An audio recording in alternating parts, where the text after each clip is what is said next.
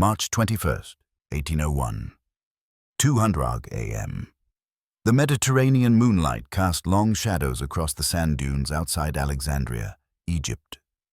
Major General John Moore stood in darkness, watching 4,000 British soldiers fix bayonets in absolute silence.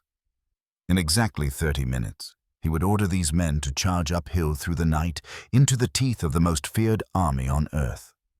Napoleon's veterans, dug in behind fortifications, with artillery pre-sighted on every approach. No covering fire, no preliminary bombardment, just cold steel and terror. Moore faced an impossible choice, and he had less than half an hour to make it. If he attacked, military doctrine said his men would be slaughtered. Night attacks were chaotic nightmares.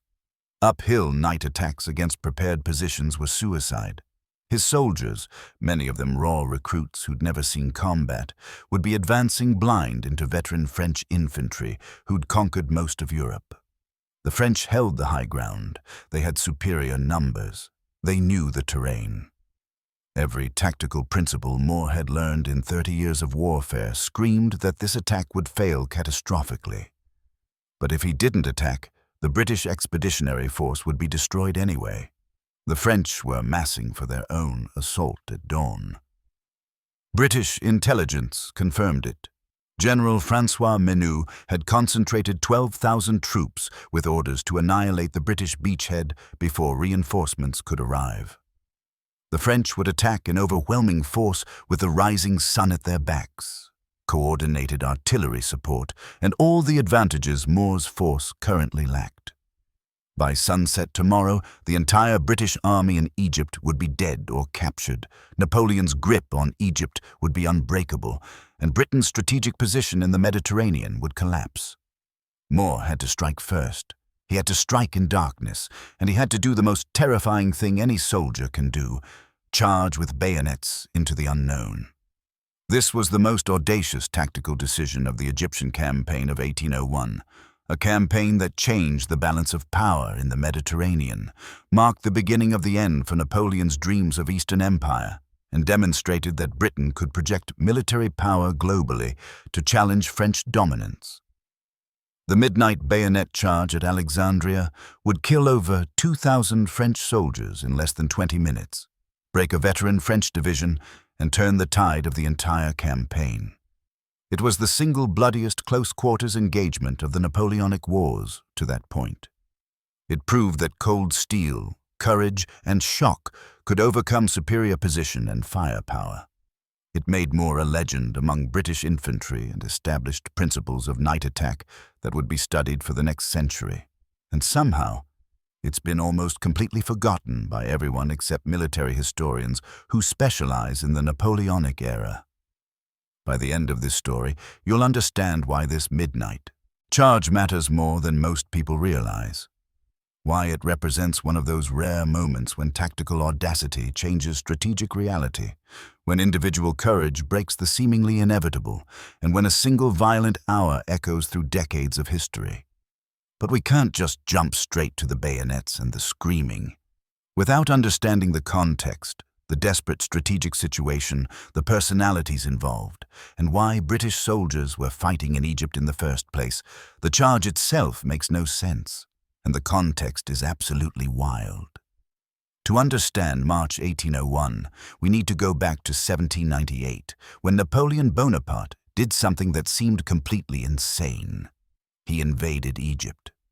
France and Britain had been at war since 1793, part of the French Revolutionary Wars that would eventually morph into the Napoleonic Wars. By 1798, France had defeated or neutralized every major continental power except Britain. Austria had been beaten into signing the Treaty of Campo Formio. Prussia was neutral. Spain was allied with France. Russia was preoccupied with Poland. The coalition against revolutionary France had collapsed everywhere except at sea, where the Royal Navy remained utterly dominant. Napoleon, already the most successful French general at age 28, commanded the Army of England with orders to prepare an invasion of Britain itself.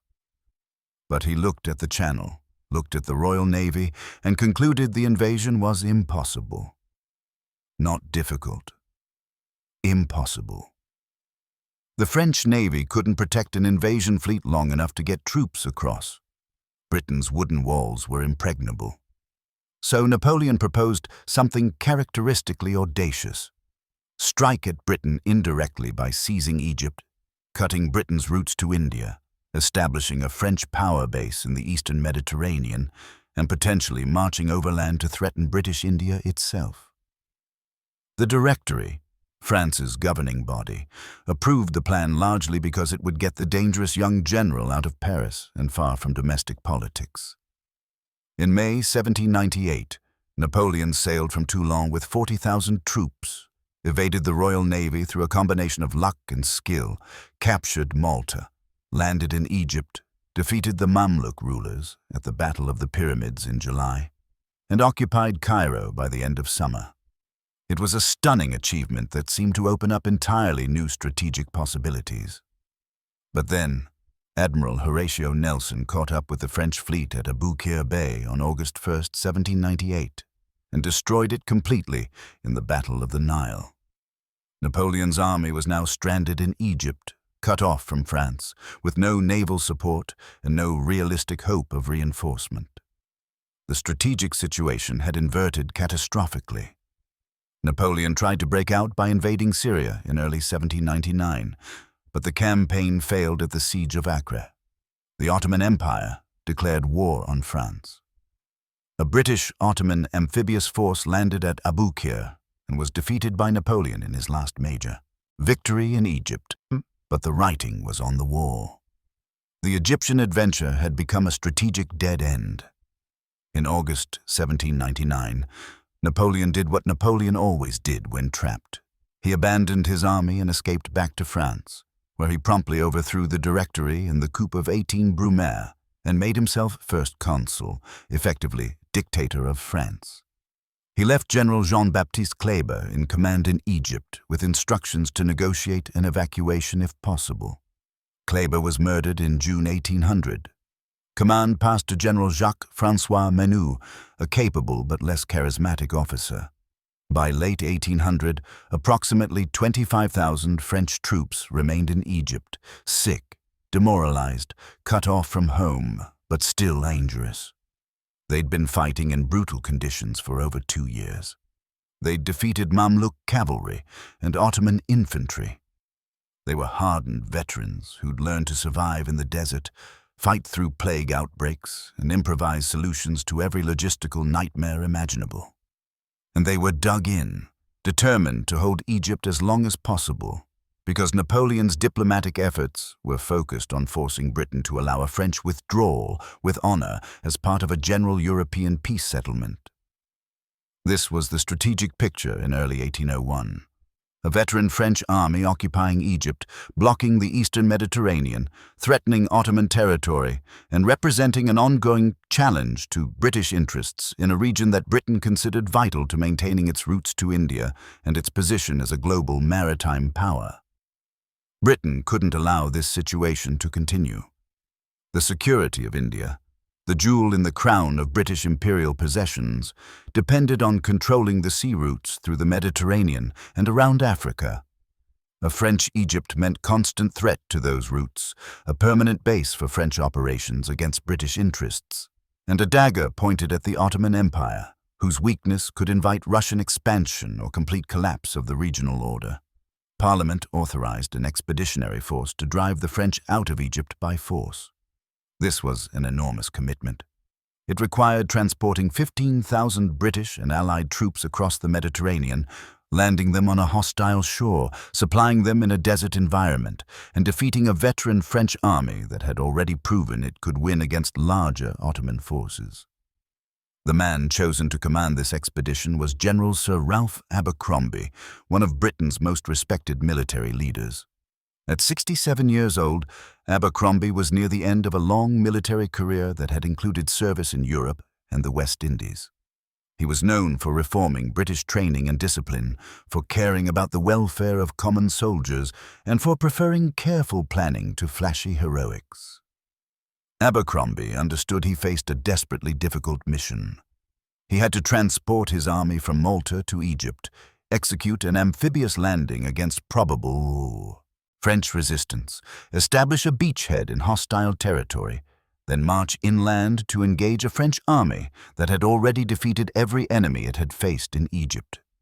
And that's exactly what terrified everyone who understood the tactical realities of what was being attempted. There was one man in Abercrombie's army who thought differently about how to fight the French, and his name was John Moore. In March 1801, Major General Sir John Moore was 39 years old, young for his rank, but already a veteran of multiple campaigns and one of the most innovative tactical thinkers in the British Army. While most British generals still conceptualized warfare in terms of linear formations, set-piece battles, and siege operations, Moore had spent years thinking about mobility, initiative, and the moral element in combat. He'd been thinking about these things because he'd experienced firsthand what happened when armies relied on outdated methods against revolutionary fervor and tactical innovation. Moore was born in Glasgow in 1761, the son of a physician who moved to London when John was young. His father's connections helped secure him a commission as an ensign in the 51st Regiment of Foot at age 15. This was standard practice for sons of professional families. Purchase a commission, learn soldiering through experience, advance through a combination of merit, connections, and purchased promotions. But Moore wasn't interested in the standard career path of a gentleman officer. He was interested in warfare as a craft, a science, and an art that could be mastered through study and practice. His early service took him to America during the American Revolutionary War, though he saw limited action. The more formative experience came in the 1790s, when Moore served in the Mediterranean, the West Indies, and Ireland during the French Revolutionary Wars. He fought at Corsica in 1794, where he was severely wounded. He served in the disastrous Helder campaign in Holland in 1799, where he observed British troops struggling against French Republican armies that moved faster, fought harder, and showed more initiative than the rigid linear formations British doctrine prescribed. These experiences convinced Moore of several principles that were radical for their time. First, training and morale mattered more than drill and discipline. British soldiers had traditionally been trained through harsh discipline and repetitive drill that produced men who could execute complex formations under fire, but who lacked initiative or understanding of why they were doing what they were doing. Moore believed soldiers should be treated as thinking beings who understood their role and were motivated by unit pride rather than fear of punishment. Second, light infantry and skirmishers were the future. Most European armies still relied primarily on heavy infantry fighting in line formations, advancing shoulder to shoulder to deliver devastating volleys. Moore recognized that light infantry, soldiers trained to fight in loose formations, use terrain for cover, and operate independently, could disrupt enemy formations, provide reconnaissance, and exploit opportunities that rigid line infantry would miss. Third, speed and aggression could overcome superior position and firepower. This was the most controversial principle because it ran counter to everything military theory taught. Conventional wisdom said you softened enemy positions with artillery, advanced methodically in formation, and used superior firepower to break enemy lines. Moore believed that in certain circumstances, rapid movement and shock could achieve results that methodical approaches couldn't. This last principle was born from observing how French armies fought.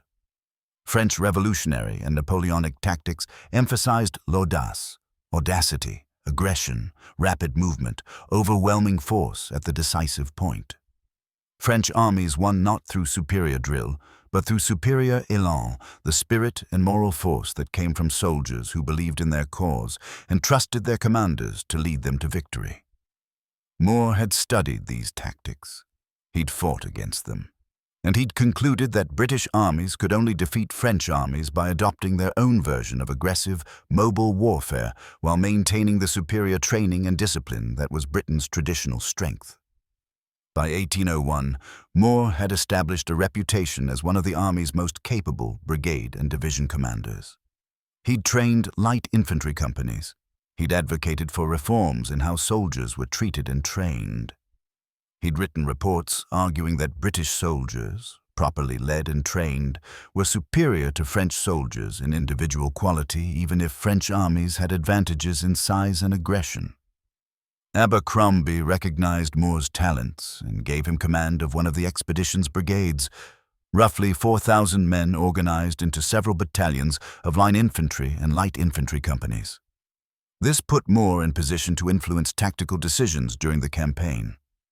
Moore's relationship with Abercrombie was complex.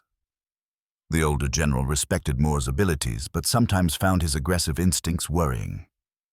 Moore, for his part, admired Abercrombie's attention to soldiers' welfare, but sometimes chafed at what he saw as excessive caution. This dynamic would prove crucial during the events of March 21st, 1801. By early March 1801, Moore had concluded that the Egyptian campaign would succeed or fail based on whether British forces could seize and hold the initiative against the French. If the British fought defensively, waited for French attacks, and relied on superior firepower to win battles of attrition, the campaign would bog down. Disease, heat, and logistical challenges would erode British strength. Eventually, either French reinforcements would arrive, Ottoman allies would prove unreliable, or political pressure would force a British withdrawal. But if the British could seize the initiative, strike aggressively, keep the French off balance, force them to react rather than act, then the campaign could succeed quickly before the brutal Egyptian environment eroded British advantages. Moore believed this deeply. He'd seen defensive British strategies fail repeatedly during the 1790s.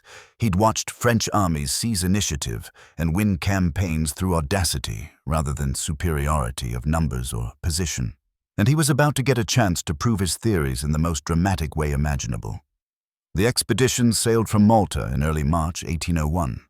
Abercrombie commanded approximately 15,000 British troops plus several thousand Ottoman and Mamluk allies of varying reliability. The plan was to land at Aboukir Bay, the same location where Nelson had destroyed the French fleet 3 years earlier, establish a beachhead, then march west along the coast toward Alexandria, Egypt's second city and the key to controlling the Nile Delta. Everything about this plan was risky. Amphibious operations were notoriously difficult.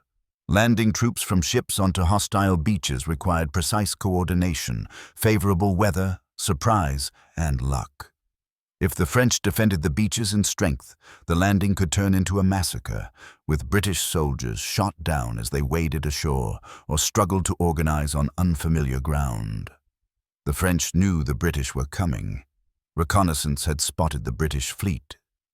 Minot ordered General Louis Friant to defend Aboukir with approximately 2,000 troops and artillery positioned to sweep the beaches.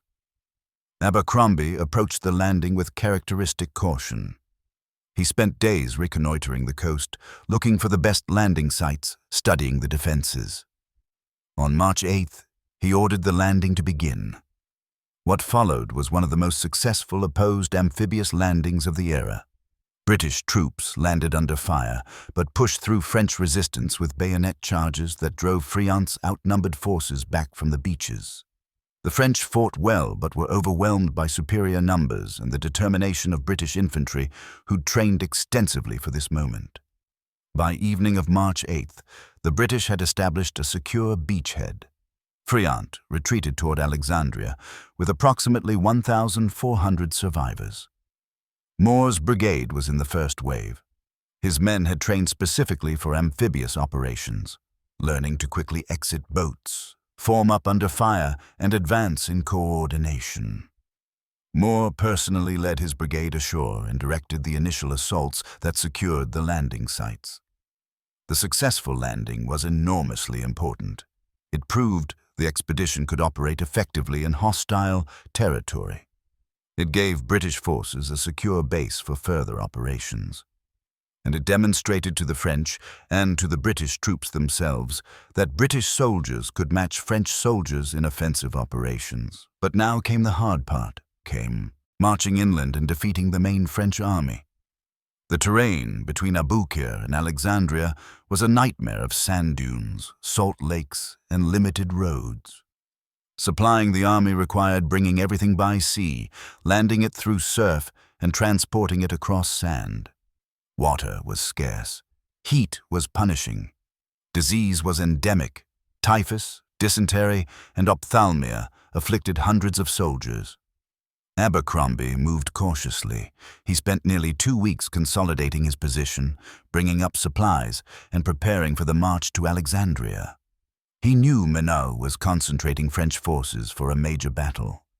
Intelligence reports suggested the French had approximately 10,000, 12,000 troops dug in outside Alexandria in strong defensive positions. The French position was formidable.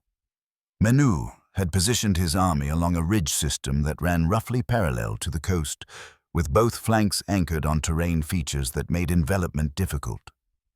The French center occupied high ground overlooking the British line of advance. Artillery was positioned to cover all approaches. Redoubts and earthworks strengthened key points. This was exactly the kind of position that conventional military wisdom said you should never attack frontally. You should maneuver around it, threaten its flanks or supply lines, force the enemy to abandon it without fighting. Or you should bring up heavy artillery, bombard it for days, then assault only after softening enemy resistance. But Abercrombie didn't have time for either approach. Maneuvering around the French position was impossible. There was nowhere to maneuver in the desert terrain. Bringing up siege artillery would take weeks the expedition couldn't afford. Meanwhile, the French were getting stronger as they concentrated their forces, while disease and heat were eroding British strength daily. Abercrombie decided to attack directly. He would advance his army in line formation, close with the French position, and either break through by firepower or force the French to abandon their position by threatening to envelop their flanks. On March 13th, the British army marched toward Alexandria. Over the next week, both armies maneuvered and skirmished. The British gradually pushed forward, establishing positions closer to the French lines. Several sharp engagements occurred as British light troops probed French defenses and French cavalry raided British positions. By March 20th, the two armies faced each other across a narrow strip of ground about 2 miles southwest of Alexandria. The British held positions in a roughly east-west line, with their right flank extending toward the coast and their left flank anchored on higher ground. The French held positions on slightly higher ground to the west, organized in divisions and with cavalry ready to exploit any British weaknesses. Both armies knew a major battle was imminent. The question was, who would attack first? This was where Moore's aggressive instincts collided with Abercrombie's caution, and where intelligence about French intentions changed everything. March 20th, 1801. Evening. British headquarters received intelligence that fundamentally changed the tactical situation. French deserters and local informants reported that Menou planned to attack at dawn on March 21st. The French would launch a coordinated assault with their full available force, approximately 12,000 troops, including cavalry, infantry, and artillery. The plan was to overwhelm the British position before British reinforcements could arrive and before the brutal fighting in the heat of day eroded French strength. The French strategy made perfect sense. They held interior lines. They could concentrate forces faster than the British. A dawn attack would catch the British still organizing their positions, give the French the advantage of attacking with the rising sun at their backs, and allow coordinated use of cavalry and artillery that would be difficult in a defensive battle. If the French attack succeeded, it would destroy the British expeditionary force. Even if it partially succeeded, inflicting heavy casualties and forcing British withdrawal, it would probably end the campaign. Britain couldn't afford a failed invasion. Political support for the Egyptian expedition was fragile. A major defeat would force withdrawal. Leave the French in control of Egypt. Abercrombie called a council of war to discuss the intelligence.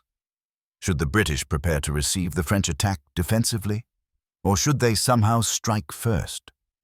The defensive option seemed safer. British infantry were superior in defensive firepower. Well-positioned British line infantry could deliver devastating volleys that would shred French attack columns. British squares were notoriously effective against cavalry charges. If the British stayed in position, built up their defenses during the night, and met the French attack with disciplined firepower, they might inflict heavy casualties and break the French assault. But Moore argued forcefully for the offensive option. In the Council of War and in private conversations with Abercrombie, he made several points. First, French morale depended on offensive action. French soldiers fought best when attacking, when their elan and revolutionary spirit gave them confidence. Forcing the French to defend instead of attack would undermine their psychological advantage. Second, a British night attack would achieve complete surprise. The French expected to attack at dawn, which meant they weren't expecting to be attacked during the night. French sentries would be focused outward, watching for signs of British defensive preparations, not inward expecting British assault troops. Third, the terrain and positions favored a night attack more than a day attack. During daylight, French artillery would dominate the approaches. French cavalry could maneuver freely, but at night, artillery was much less effective, cavalry was nearly useless, and the battle would come down to close-quarters infantry combat, exactly where British soldiers excelled. Fourth, waiting for the French attack meant surrendering the initiative. Even if the British successfully defended against the French assault, they'd take casualties, expend ammunition, and still face the question of how to force the French from their positions. Better to strike first, break the French before they could organize their attack, and seize the initiative for the entire campaign. The arguments were compelling, but they required accepting enormous risks. Night attacks were chaotic. Coordination was nearly impossible. Friendly fire was common. Units got lost. Reserves couldn't be committed effectively because commanders couldn't see what was happening. Military history was full of night attacks that dissolved into confusion and disaster. And Moore was proposing not just a night attack, but a night attack uphill against prepared French positions. Abercrombie listened to Moore's arguments. He knew Moore's reputation for aggressive tactics. He also knew Moore had a point. The French attack at dawn would be devastating if it caught the British unprepared or purely defensive.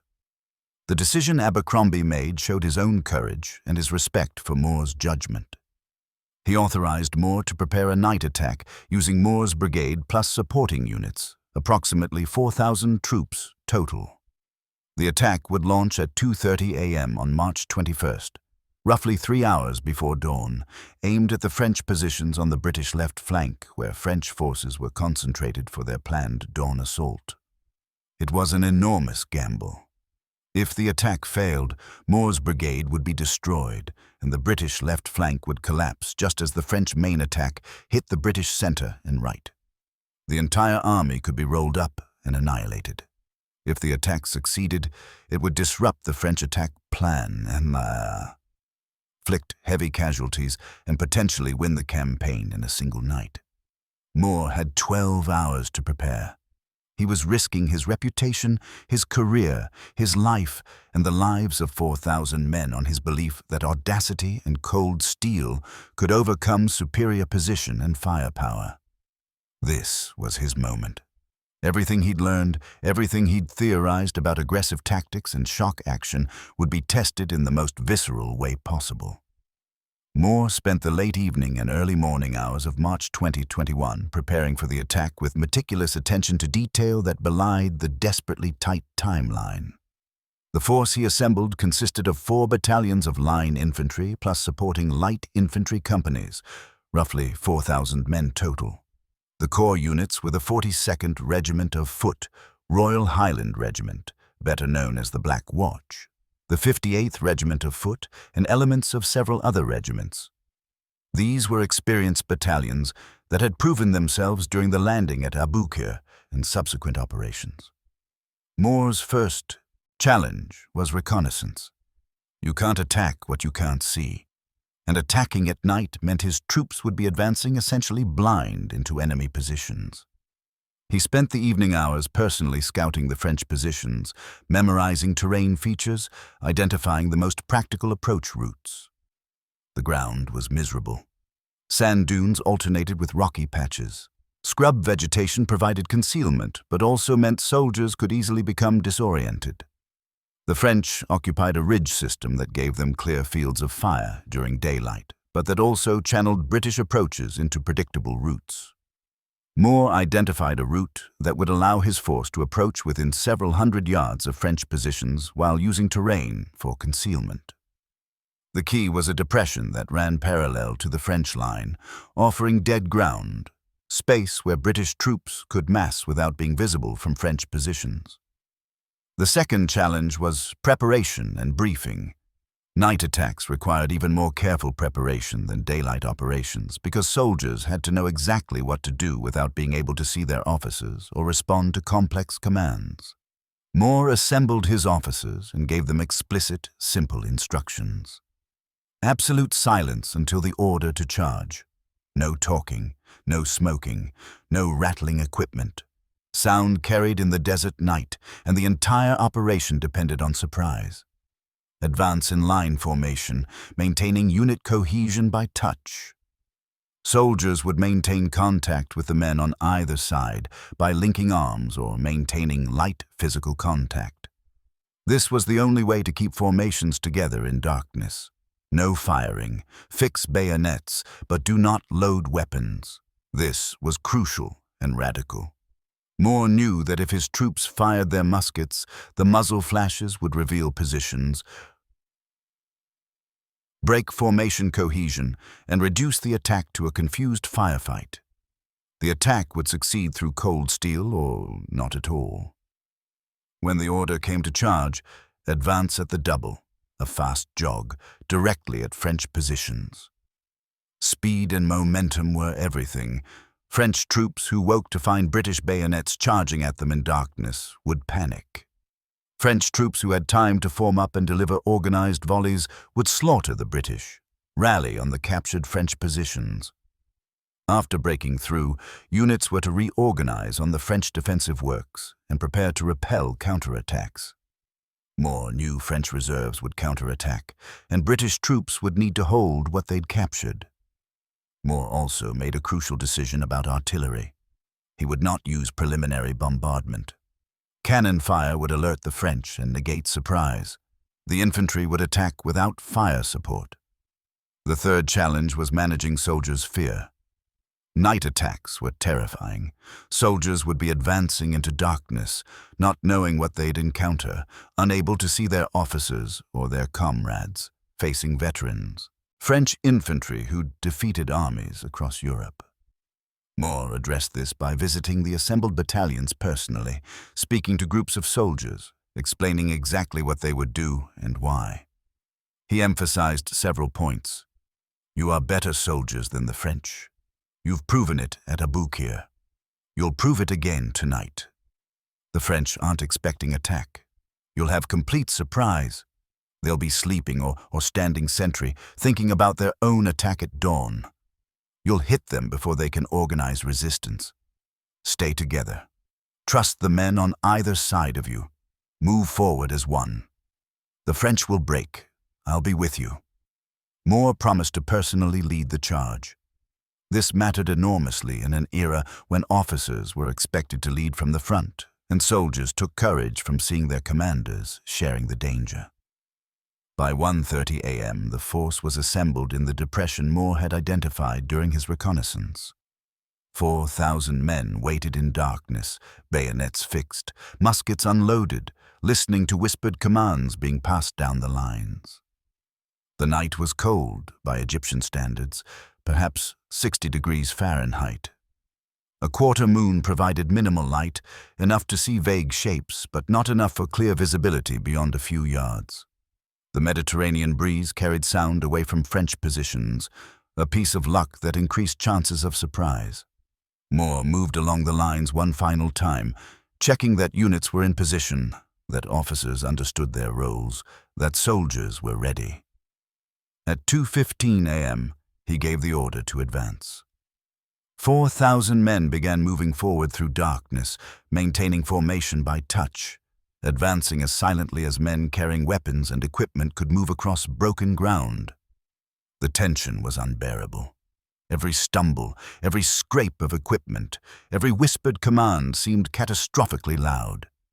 Soldiers strained to see what was ahead, expecting at any moment to hear French sentries shout alarm, to see muzzle flashes, to receive the devastating volleys that would tear apart their formations. They covered 300 yards, 400 yards, 500 yards. The silence was eerie. No alarms, no shots. The French positions were ahead, maybe 200 yards now, dark shapes against the slightly lighter sky.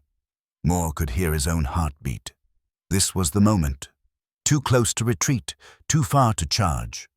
If the French discovered them now, his entire force would be caught in the open and destroyed. 150 yards, 100 yards. A French sentry shouted something. A single musket shot cracked out, muzzle flashed bright in the darkness. Moore roared the only order that mattered. "Charge! Charge! Forward, the 42nd!"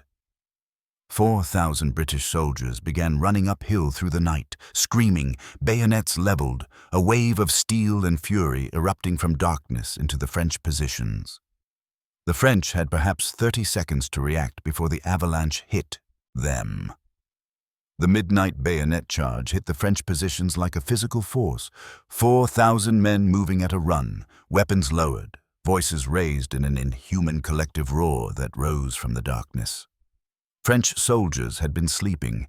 Sentries had been watching the British lines, expecting silence, thinking about the dawn attack their own army would launch in a few hours. Officers were intense, reviewing final plans. Artillerymen were sleeping near their guns. Infantry companies were bivouacked in loose formations, assuming they were safe behind their defensive positions with hours before combat. When the British charge erupted from the darkness, the French response was pure chaos. Imagine you're a French infantryman sleeping on the ground wrapped in your greatcoat. You're exhausted from days of maneuvering and preparation.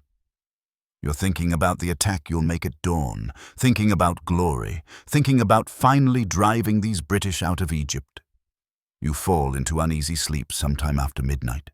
Suddenly you're jarred awake by shouting. Not French shouting, foreign shouting, words you don't understand but tone you recognize as battle fury. You scramble to your feet, grabbing for your musket, trying to see what's happening in the darkness. Dark shapes are running at you from maybe 50 yards away. No, 30 yards. 20 yards. You fumble with your weapon, trying to bring it to shoulder, but there's no time. They're on top of you, bayonets lunging, men screaming, everything happening too fast to process. You try to run. Everyone around you is running.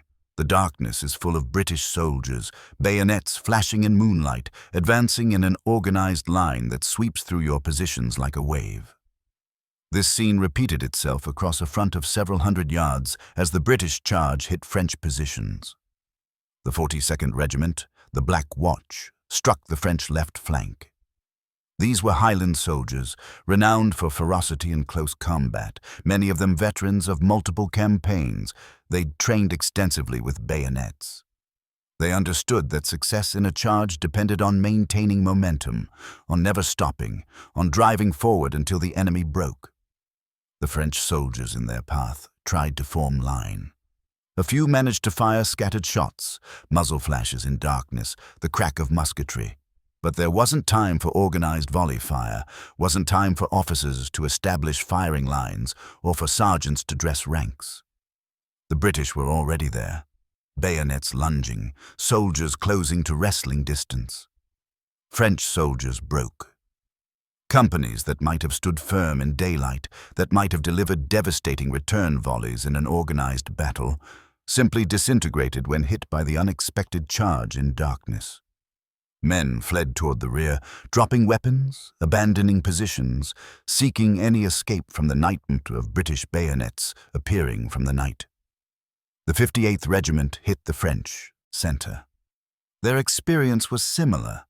Initial confusion as French soldiers woke to find an attack already on top of them. Brief resistance, then collapse as French formations fragmented. Moore was in the front ranks of the 42nd, sword drawn, personally leading the charge. This wasn't ceremonial leadership. This was actual combat, Moore physically fighting alongside his men, visible to them in the chaos, demonstrating that what he asked of them, he was willing to do himself. A French officer lunged at him with a saber. Moore parried, felt the shock of blade on blade, drove his own sword forward. Men were fighting hand-to-hand all around him, bayonets against bayonets, musket butts swung as clubs, soldiers grappling in the dust. The charge carried through the first line of French positions. British troops captured French artillery pieces, bayoneted sleeping artillerymen who woke too late to defend themselves, overran tents and supply dumps. The momentum was extraordinary. What military theory said was impossible, a night attack uphill against prepared positions, was succeeding because the British had achieved total surprise and maintained the cohesion necessary to exploit it. But the French army was 12,000 strong, and Moore's 4,000 had only hit a portion of that force. French reserves were already responding. The initial charge covered perhaps 300 yards, sweeping through the forward French positions and capturing several artillery pieces and hundreds of prisoners. But now, the British advance began to slow. French officers were rallying their troops. General Friant, the same commander who'd opposed the British landing at Aboukir, was organizing a counterattack with reserve battalions that hadn't been caught in the initial assault. French drummers were beating the rappel, the urgent rhythm that signaled soldiers to rally on their units. Companies that had fled in panic were reforming in the darkness, officers and sergeants shouting, imposing order through sheer force of will. The British, meanwhile, were dealing with the inevitable disorganization that came from any successful assault. Units had intermixed during the charge. Companies had drifted apart. The careful formations that had advanced were now fragmented, with soldiers from different regiments mixed together, officers trying to locate their units by shouting in the darkness. Moore recognized the danger immediately. If the British didn't consolidate their gains, if French reserves counterattacked before British units could reform and organize defensive positions, the entire attack could reverse. The French would drive the British back, recapture the lost ground, and inflict catastrophic casualties on British troops caught disorganized. He rode along the captured French positions, now British positions, shouting orders, directing officers to rally their companies, pointing out the French reserves forming in the darkness beyond. The situation was a classic race to consolidate that often determined the outcome of breakthrough battles. Whichever side could organize faster, bring up reserves faster, and establish coherent lines faster would win the next phase of battle.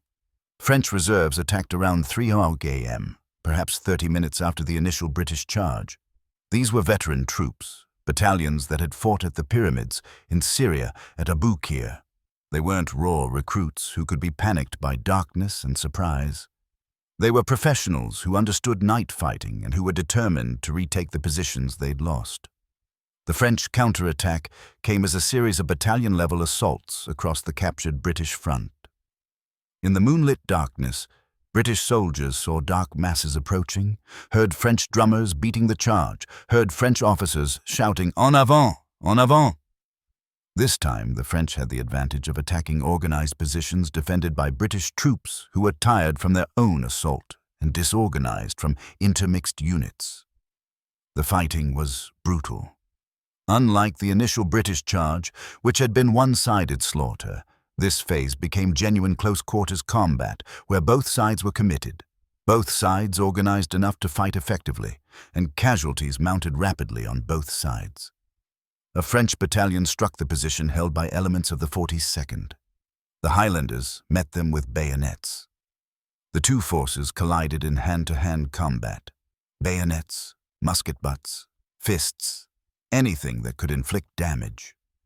Men fought at arm's length in clusters of personal combat, each cluster its own miniature battle where survival depended on strength, skill, and luck. Moore committed his reserves. Companies he'd held back during the initial charge now brought forward to reinforce the positions his men had captured. British light infantry engaged French skirmishers in running fights through the darkness, both sides firing at muzzle flashes, both sides trying to work around enemy flanks. The battle balanced on a knife's edge. French pressure was enormous. They had superior numbers and were fighting to recapture vital positions. British troops were exhausted and disorganized, but were fighting with the confidence that came from their successful surprise attack, and with the determination that came from knowing retreat meant disaster. Then Moore identified the decisive point and made the decision that won the battle. He'd been watching the French attacks, trying to discern their pattern in the darkness. He realized the French counterattacks were uncoordinated. Battalion commanders were attacking independently, without overall coordination, each trying to retake positions in their own sectors, but not supporting each other. This meant the French center was weaker than it appeared. The French had committed their reserves to flanking attacks, but had left their center relatively thin. Moore assembled approximately 800 men, a composite force drawn from several regiments, whoever he could quickly gather in the darkness. He formed them into a column and personally led a charge directly at the French center. This was audacity piled on audacity. Moore had already led one charge through the darkness. Now, exhausted, in the middle of desperate close-quarters fighting, he was launching another charge with a scratch force of tired soldiers. But the timing was perfect. The French center, weakened by units being pulled to the flanks, couldn't resist the concentrated British assault. Moore's column smashed through, breaking the French line, isolating French units on either side. The psychological impact was enormous. French soldiers who'd been advancing confidently suddenly found British troops behind them, found their formations fragmented, found themselves fighting in multiple directions simultaneously. The French counterattack collapsed.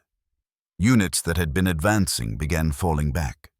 The retreat became general as French commanders realized their attack had failed, and further fighting risked their units being surrounded and destroyed.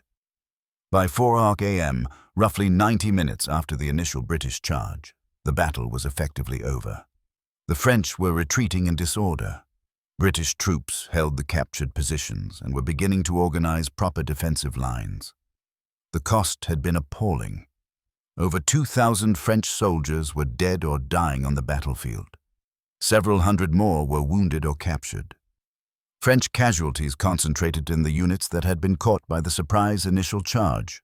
Entire companies had been bayoneted in their sleep or while trying to organize resistance in the darkness. British casualties were also significant. Several hundred dead and wounded, most inflicted during the French counterattack. But the casualty ratio was enormously in Britain's favor. Roughly 3 or 4 French casualties for every British casualty. More important than the numbers was the psychological impact. The French army had been broken. Their planned dawn attack was impossible. Their confidence was shattered. The myth of French invincibility in Egypt had been destroyed by British soldiers willing to charge through darkness with cold steel. As dawn broke on March 21st, British troops surveyed the battlefield. Bodies lay in clusters where the fighting had been most intense. Wounded men cried for help in French and English. Captured French artillery pieces sat abandoned. French equipment and supplies were scattered across the positions. Moore, exhausted but exhilarated, walked through the captured positions, checking on his men, organizing the defense, preparing for possible renewed French attacks. He'd gambled everything on a single desperate charge, and it had worked. But the fighting wasn't over yet. March 21st, 1801. Dawn. The Mediterranean sun rose over a battlefield transformed by darkness and blood. British soldiers who'd fought through the night now had their first clear view of what they had accomplished. The French positions they'd captured stretched across several hundred yards of ridgeline. Earthworks and redoubts that would have been murder to assault in daylight had fallen to the midnight charge. Artillery pieces, at least 12 guns, sat captured, their French crews dead or fled. Ammunition wagons, supply dumps, and equipment lay abandoned across the positions. The human cost was visible everywhere. Bodies lay where they'd fallen, concentrated thickest where the British charge had first hit sleeping French camps. Many French soldiers had been killed before they could even reach their weapons. Others had fallen during the subsequent fighting, lying in the tangled positions that showed hand-to-hand combat had occurred. British surgeons were working frantically to treat wounded from both armies. This was an era before anesthesia, before antiseptic surgery, before modern understanding of trauma treatment. Wounded men faced agonizing procedures, amputations performed with saws, probing for musket balls with fingers or unsanitized instruments, bandaging with whatever cloth was available. Many men who survived the battle would die in subsequent days from infection or blood loss. Moore's brigade had suffered approximately 250 casualties, dead and wounded. This was roughly 6% of his force. Low for such an intense engagement, testament to how effectively the surprise charge had prevented organized French resistance. The French had lost over 2,000 dead alone, with several hundred more wounded or captured. Some French units had ceased to exist as organized formations, but the battle wasn't finished. The midnight engagement had been a brigade-level action on the left flank of the British position. The main French army, though shocked and demoralized, was still intact and still dangerous. General Menou, furious at the failure of his positions to hold and determined to salvage the situation, ordered a general attack along the entire front later that morning. This was the battle that became known as the Battle of Alexandria, the main engagement of March 21st that would determine control of Egypt. The fighting that developed during daylight on March 21st was massive and confused. French forces attacked all along the British line, probing for weaknesses, trying to break through before British reinforcements could arrive. British troops, exhausted from the night fighting but buoyed by their success, defended desperately. Moore's sector, the British left where he'd launched his midnight charge, faced repeated French attempts to retake the lost positions. French cavalry charged British squares, only to be repulsed by disciplined volley fire. French infantry advanced in columns, attempting to overwhelm British lines by shock and mass, only to be shredded by the devastating firepower of British line formations delivering coordinated volleys. The fighting was brutal and costly for both sides. British casualties mounted throughout the day, as French artillery found the range and French infantry pressed attacks with desperate courage. French casualties accumulated as British firepower and superior position extracted a toll from every French assault. General Abercrombie was mortally wounded during the day's fighting, struck by a musket ball while directing defensive operations. He would die from his wound on March 28th, becoming one of the highest-ranking British officers killed in action during the Napoleonic Wars. His death was a profound loss. Abercrombie had been respected for his tactical competence and his concern for soldiers' welfare, but his decision to authorize Moore's midnight attack had won the campaign. By mid-afternoon on March 21st, the French attacks were exhausted. Menou ordered a general withdrawal. His army fell back toward Alexandria, having suffered approximately 3,000 to 4,000 casualties during the day's fighting on top of the 2,000-plus lost during Moore's night attack. The French retained control of Alexandria itself, but had lost the field, lost their offensive capability, and lost the psychological advantage. The British held the battlefield. They'd suffered approximately 1,400 casualties during the day's fighting, plus the 250 from the night attack, roughly 1,650 total casualties out of 15,000 engaged. The casualty exchange ratio was favorable, but more important was the strategic result. The French were now bottled up in Alexandria, unable to take offensive action, gradually weakening from attrition and supply difficulties. British forces could methodically tighten the noose, bring up reinforcements, and eventually force French surrender. Moore's midnight charge had been the turning point. By disrupting the planned French dawn attack, by inflicting heavy casualties, by seizing positions that dominated the battlefield, and by demonstrating that British troops could defeat French veterans through audacity and cold steel, the midnight attack had changed the trajectory of the entire campaign. The Battle of Alexandria on March the 21st marked the beginning of the end for French occupation of Egypt, though the actual end would take months to achieve. After the battle, the French army withdrew into Alexandria and prepared for siege.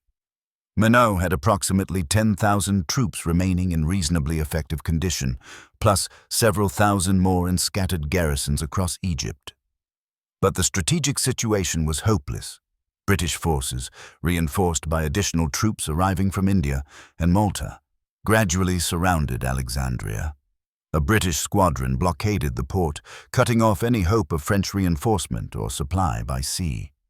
Ottoman forces, unreliable as combat troops but useful for surrounding positions, helped maintain the perimeter.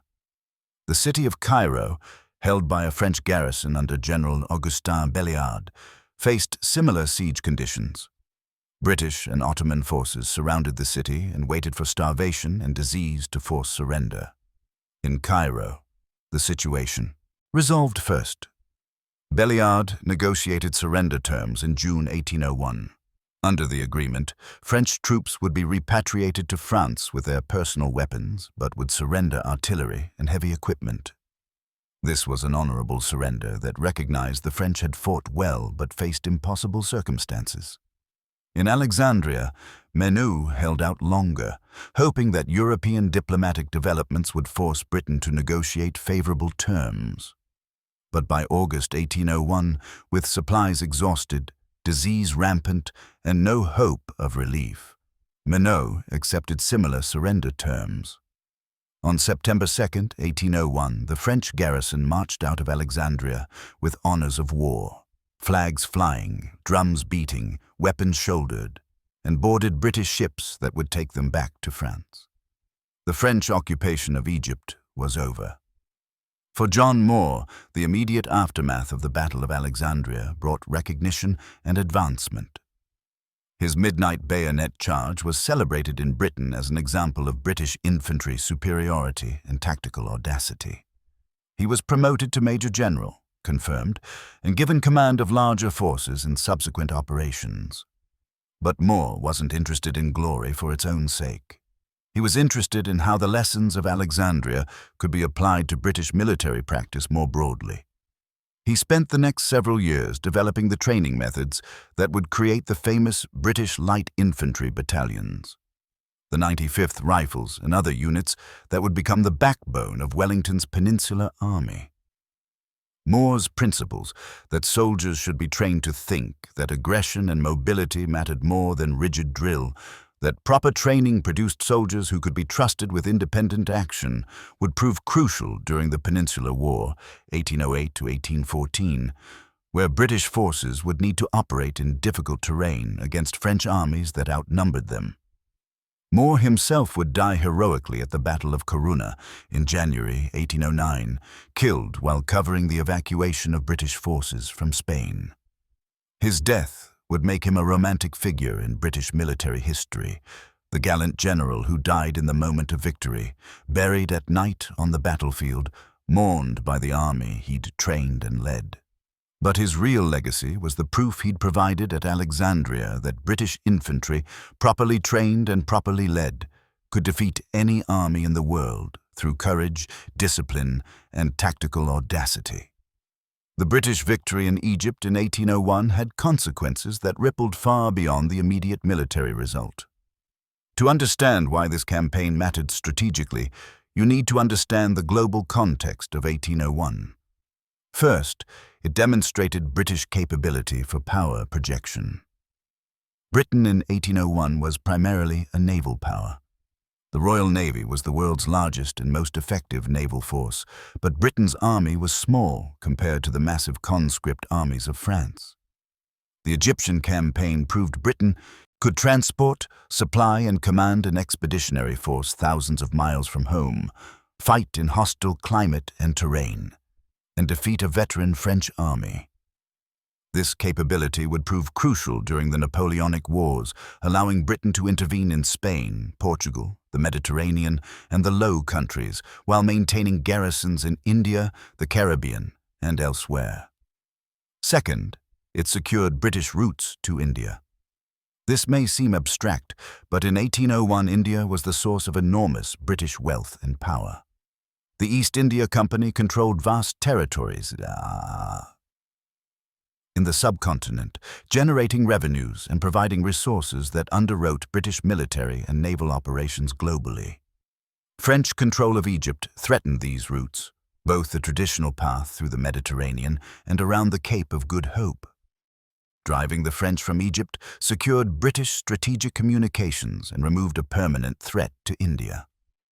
Third, it strengthened the Ottoman Empire. The Ottomans had been declining for centuries, gradually losing territory and influence to European powers and regional challenges. French occupation of Egypt, nominally Ottoman territory, was a humiliation that exposed Ottoman weakness. The British reconquest and restoration of nominal Ottoman control stabilized the empire and maintained the regional balance of power that Britain favored. A stable Ottoman Empire served British interests by blocking Russian expansion toward the Mediterranean and maintaining order across the Middle East and Eastern Mediterranean. Fourth, it denied Napoleon a strategic asset. Napoleon's grand strategy in 1801 revolved around forcing Britain to accept peace on French terms by threatening British interests globally while dominating Europe militarily. A French Egypt would have been a permanent base for operations against British India, British trade routes, and British allies. Losing Egypt removed this strategic option and forced Napoleon to focus on direct confrontation with Britain in European waters, exactly where British naval superiority was most decisive. Fifth, it demonstrated the limits of French military dominance. French armies had won spectacular victories across Europe from 1792 to 1801. Defeating Austria, Prussia, the Italian states, and others. French tactical and strategic superiority seemed overwhelming. The defeat in Egypt showed that French armies could be beaten by determined, well-led opponents who understood French methods and could counter them. This lesson wouldn't be lost on other European powers considering resistance to French expansion. Sixth, it provided template for future British operations. The techniques used in Egypt, amphibious assault, rapid inland movement, aggressive tactics, and coordination with local allies, would be refined and used repeatedly during the Napoleonic Wars. The Peninsular War in Spain and Portugal would see British forces using similar methods on a larger scale. Copenhagen in 1807 would see another amphibious assault. Walcheren in 1809 would see an attempted repetition, though unsuccessfully executed. Finally, it marked the beginning of sustained British involvement in Egypt and the Eastern Mediterranean that would continue throughout the 19th century and into the 20th. British interest in Egypt as a strategic prize would eventually lead to British occupation in 1882 and wouldn't end until Egyptian independence in the 1950s. The patterns established in 1801, viewing Egypt through the lens of Indian security, working with local powers while maintaining ultimate control, using military force to protect perceived strategic interests, would shape British policy for 150 years. But beyond these strategic consequences, the Battle of Alexandria, and particularly Moore's midnight bayonet charge, demonstrated something important about warfare itself, that at critical moments, audacity and moral force can overcome material advantage. What made Moore's midnight charge genuinely revolutionary wasn't the charge itself. Night attacks had occurred throughout military history. What made it revolutionary was the systematic preparation, the deliberate rejection of conventional wisdom, and the principle that disciplined aggression could overcome superior position. Consider what military doctrine in 1801 said about attacking fortified positions. First, conduct reconnaissance to identify weak points.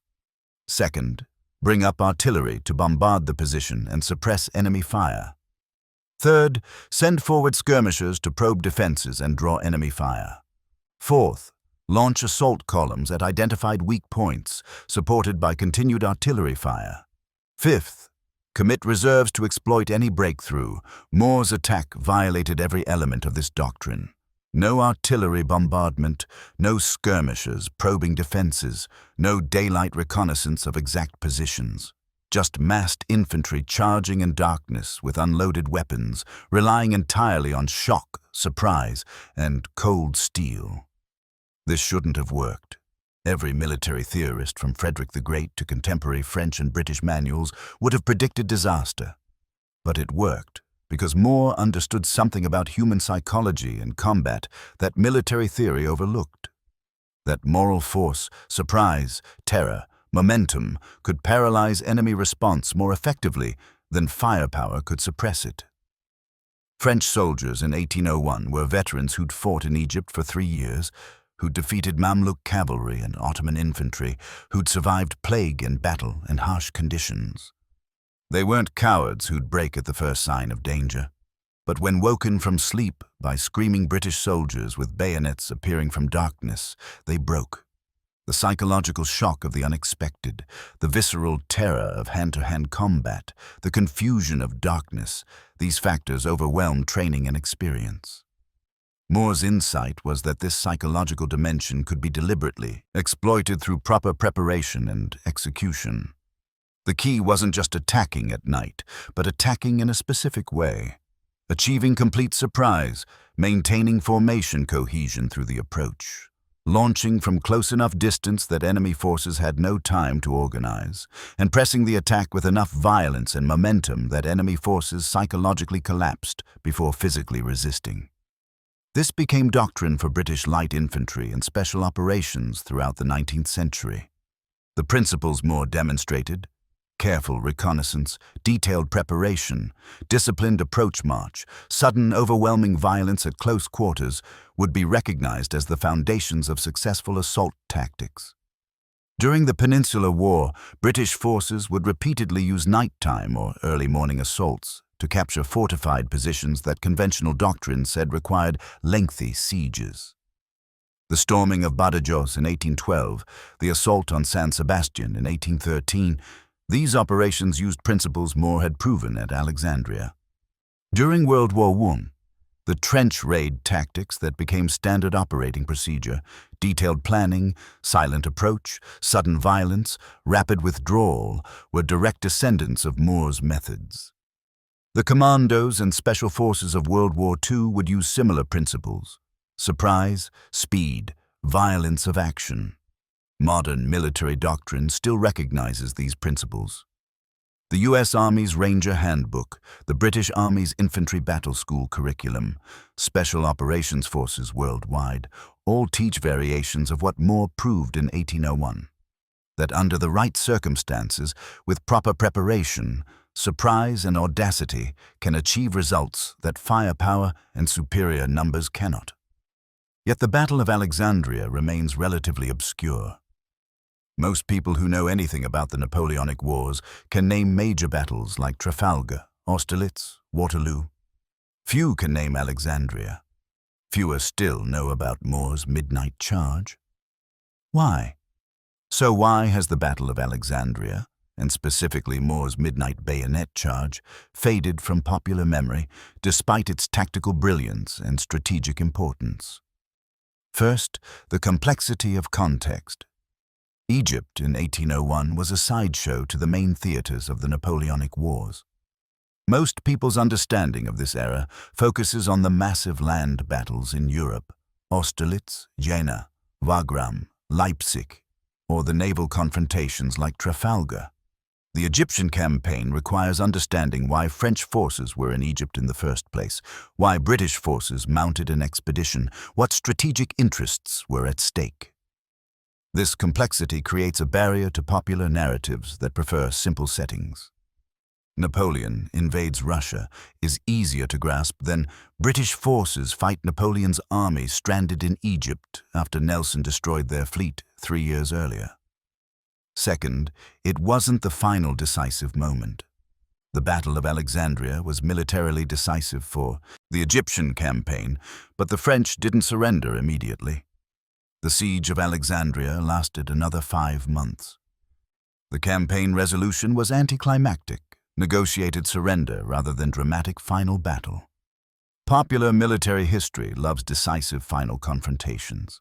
Lee surrendering to Grant at Appomattox, Napoleon's final defeat at Waterloo, the German surrender in 1945. Alexandria's importance was in making French defeat inevitable, not in providing a single dramatic moment of surrender. Third, geographic and cultural distance. For British audiences, Egypt in 1801 was exotic and remote. Unlike European battlefields that British tourists could visit or European cultures that British people understood, Egypt was alien territory. The campaign lacked the cultural resonance of fighting in Spain or Portugal or the Low Countries, places with cultural and historical connections to Britain. Fourth, it was overshadowed by later events.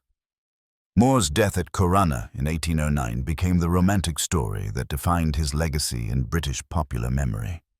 The famous poem The Burial of Sir John Moore after Corunna by Charles Wolfe, not a drum was heard, not a funeral note, as his course to the rampart we hurried, fixed Moore in British consciousness as the general who died nobly at Corunna, not the general who won at Alexandria. The Peninsular War campaigns from 1808 to 1814, with Wellington's victories and the drama of British forces fighting in Spain and Portugal, captured public attention and overshadowed the earlier Egyptian campaign. Fifth, French memoirs and histories downplayed it. The French cultural memory of the Napoleonic era focuses on glory and achievement, Napoleon's brilliant campaigns, French military dominance, the drama of empire building, and eventual tragic defeat. The Egyptian campaign was an embarrassing dead end, abandoned by Napoleon, ending in defeat and surrender. French historians and memoirists had little incentive to emphasize it. Since much subsequent historical writing about the Napoleonic Wars drew on French sources, this minimization influenced the broader historical narrative. Sixth, changing scales of warfare. By the mid-19th century, military technology and the scale of warfare had changed dramatically. Battles involving tens of thousands became battles involving hundreds of thousands. The American Civil War, the Franco-Prussian War, and eventually World War I featured casualty figures that dwarfed anything from the Napoleonic era. A battle with 5,000 total casualties, huge in 1801, seemed minor compared to single battles in World War I that killed tens of thousands in single days. The midnight charge that killed 2,000 French soldiers seemed less impressive when compared to industrial-age slaughter. Seventh, it challenged preferred narratives. British military mythology during the Victorian era and later emphasized certain themes: naval supremacy, defensive prowess, squares against cavalry at Waterloo, heroic last stands. The midnight bayonet charge at Alexandria fit awkwardly into these narratives. It was aggressive infantry assault, not defensive firepower. It was tactical innovation, not traditional British military virtues. It was violent and brutal, rather than heroically noble. Despite these factors explaining why popular memory has forgotten Alexandria, military historians have never forgotten. Staff colleges still teach the campaign. Professional military education still analyzes Moore's tactics. The British Army's own institutional memory preserves the battle and recognizes its importance in developing British infantry doctrine. Academic historians recognize Alexandria as pivotal in ending French ambitions in Egypt and demonstrating British expeditionary capabilities. Specialists in Napoleonic military history understand how the battle influenced tactical thinking and contributed to British success in later campaigns. The problem is translation from professional historical knowledge to popular memory. Academic history and military analysis don't automatically become popular knowledge. Popular historical consciousness is shaped by factors beyond strict historical importance: drama, simplicity, cultural resonance, connection to preferred narratives. Alexandria lacks some of these factors. But understanding what happened there remains important for understanding how the Napoleonic Wars unfolded, how British military power developed, and how tactical innovation can change strategic outcomes. Before finishing this story, we should acknowledge the men who fought at Alexandria because they were real people whose courage and sacrifice deserve recognition. Major General John Moore we've discussed at length. But he was far from alone in demonstrating extraordinary leadership and courage during the campaign. General Sir Ralph Abercrombie commanded the expedition with skill and determination. At 67 years old, he could have remained in Britain enjoying comfortable semi-retirement. Instead, he accepted the difficult and dangerous Egyptian command, personally supervised the planning and execution of the amphibious landing, directed operations during the campaign, and was mortally wounded while leading from the front during the daylight battle on March 21st. He died on March 28th aboard HMS Foudroyant, honored by his troops and respected even by French opponents. His body was returned to Britain and buried in Malta. His leadership made the campaign possible. Lieutenant Colonel John Hope commanded one of the reserve brigades and fought with distinction during both the midnight engagement and the daylight battle. Hope would later serve with Moore during the Peninsular War and would command British forces at the end of the Corunna campaign after Moore's death. His steady competence provided crucial support during critical moments. Major General Hildebrand Oakes commanded a brigade during the campaign and would later assume overall command after Abercrombie's death.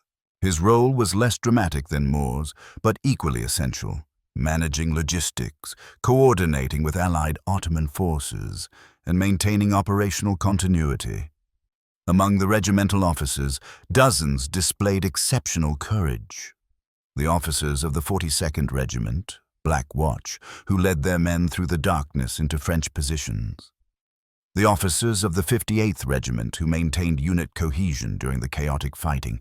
The light infantry company commanders, who operated independently in difficult conditions. Among the enlisted soldiers, we must acknowledge the ordinary British infantry who executed Moore's impossible orders. These were largely working-class men from England, Scotland, Wales, and Ireland. Many were labourers, craftsmen, or farm workers who'd joined the army because of poverty, lack of opportunities, or desire for adventure. They weren't inherently superior fighters. They were ordinary men who'd been trained, led, and inspired to do extraordinary things. The soldiers who fixed bayonets in darkness and charged uphill into veteran French positions, knowing they might die in the next minutes. The soldiers who maintained formation during the terrifying approach march, linked arms with comrades they couldn't see, and trusted their officers to lead them correctly. The soldiers who fought hand to hand in the darkness, bayonets lunging, receiving terrible wounds, watching friends fall, and still pressing forward. The soldiers who held captured positions during the French counterattack, exhausted and disorganized, but refusing to break.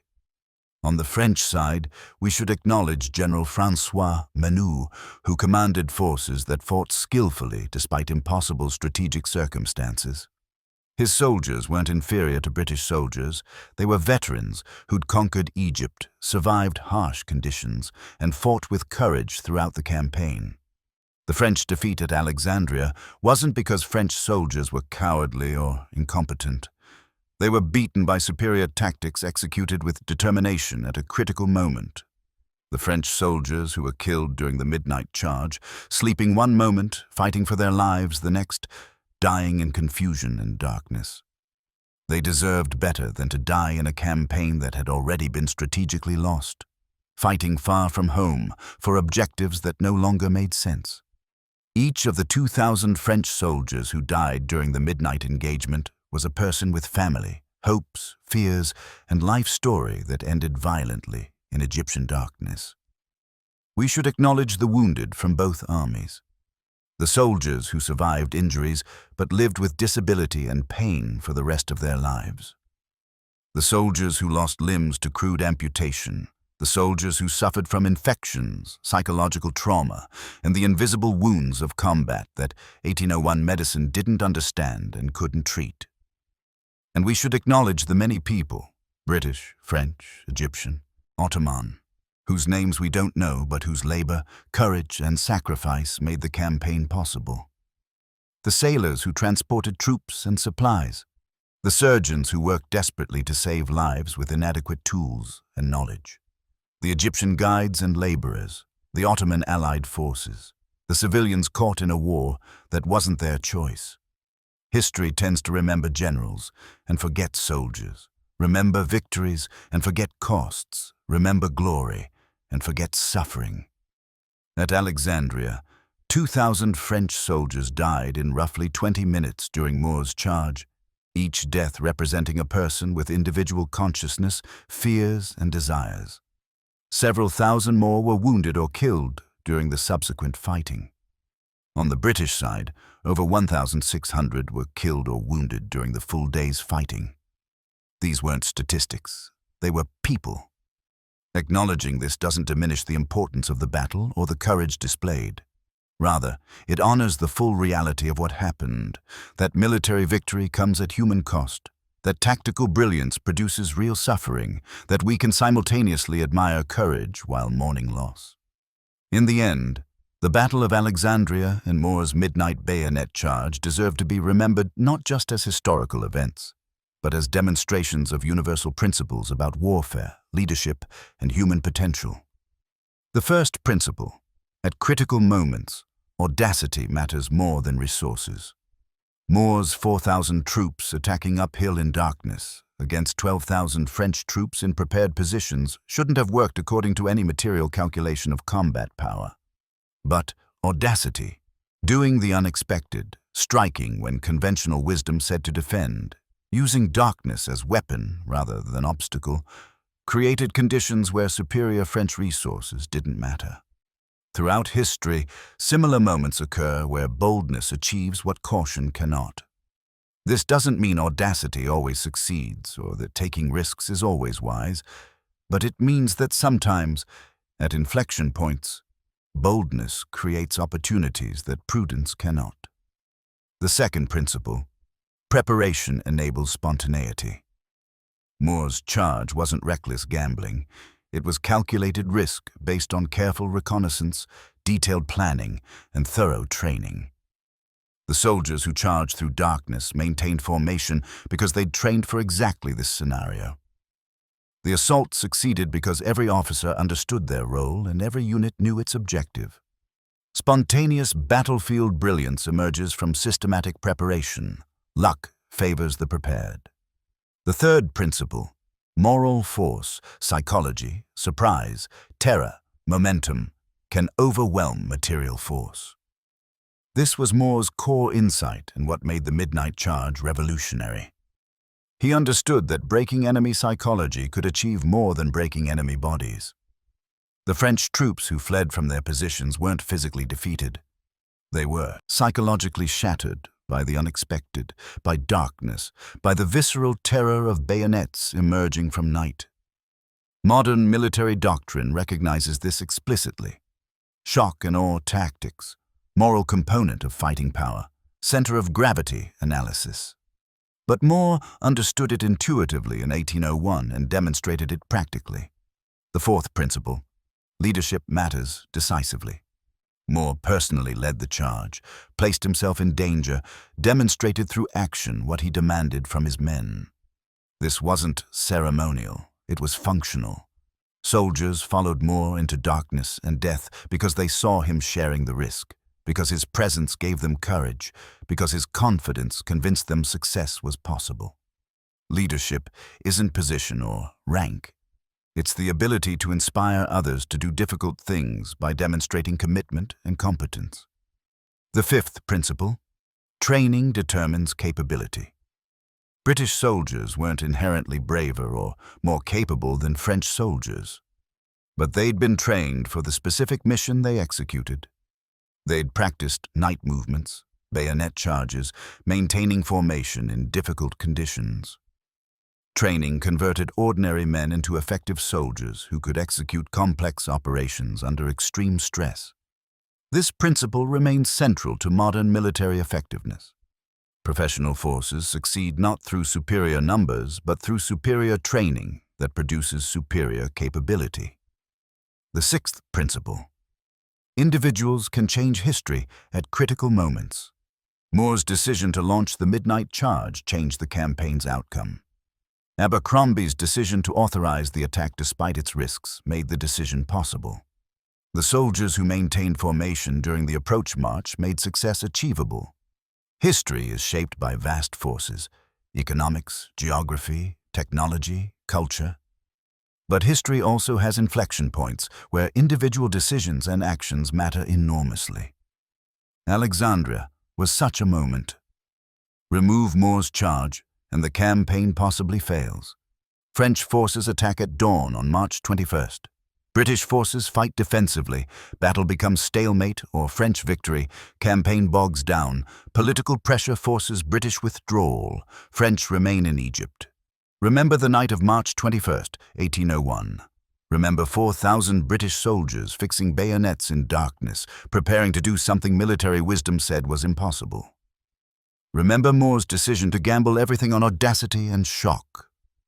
Remember the French soldiers who died in the opening minutes of the assault, killed before they could organize resistance, killed by an attack that came from the darkness without warning. Remember that the outcome wasn't predetermined. The charge could have failed. Moore could have been killed in the opening moments. Units could have lost cohesion during the approach. French forces could have organized effective resistance. Any of these failures would have turned the attack into disaster. Remember that real people, whose names we mostly don't know, whose individual stories are lost, made this happen through courage, discipline, and willingness to face death for objectives they might not have fully understood. Remember that historical events that seem inevitable in retrospect were uncertain in the moment. The British victory in Egypt wasn't destiny. It was the result of specific decisions, specific actions, specific moments of courage under impossible conditions. Remember that sometimes, at critical junctures, doing the unexpected, taking calculated risks, and demonstrating moral courage can achieve what material advantages cannot. This is our history, and it's worth remembering. The midnight of March 21st, 1801. The sand dunes outside Alexandria.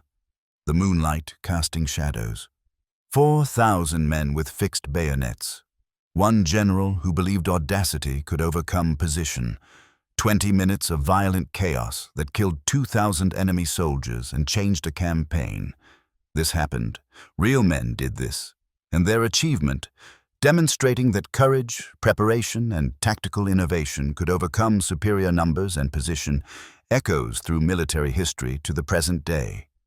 Every modern special operations raid, every military assault that relies on surprise and speed, every doctrine that emphasizes shock action and moral force, all trace intellectual lineage back to moments like Moore's midnight charge at Alexandria.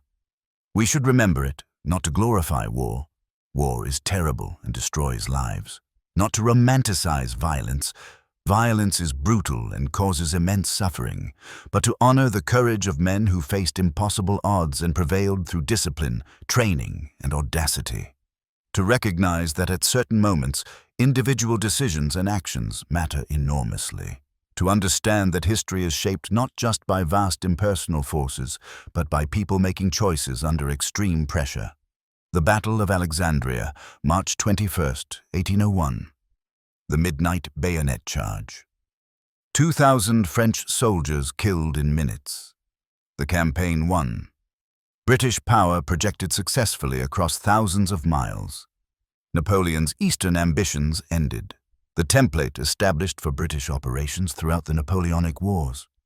This is what happened. This is why it mattered. This is why we should remember.